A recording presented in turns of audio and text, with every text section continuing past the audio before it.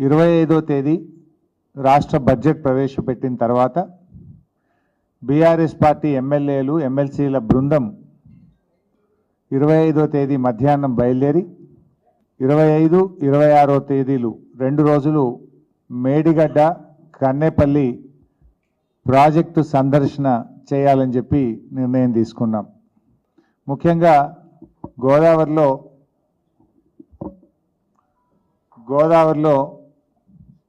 నీటి ప్రవాహం ఉంది.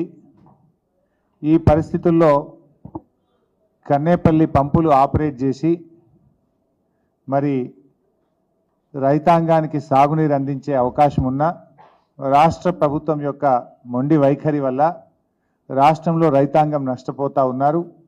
దీన్ని ఎక్స్పోజ్ చేయాలని, ప్రభుత్వం మీద ఒత్తిడి పెంచాలని తక్షణమే మోటార్లు ఆన్ చేసి కొండపోచమ్మ